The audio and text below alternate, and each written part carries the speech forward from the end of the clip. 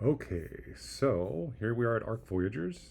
I just created two sites, Site 1 and Site 2, and then the trading site existed.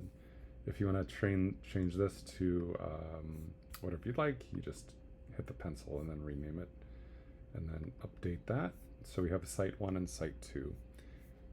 We manage user permissions by going here. Now you and Mike both have access as administrators, so you can create sites. No one else can. So if we wanted to put Kaylee in site 1, for example, I'm going to click on Kaylee's name. I'm going to click site 1. I'm going to make her an administrator. Again, that just gives her access to add new people to that site and lets her see all the different data that she can look at. So I just make everyone administrators right now. So I would update that, and then you can see that Kaylee is in the training site in site 1, but she's not in site 2, so you can control that. And I'll just take her out of site 1 so she doesn't wonder where she is.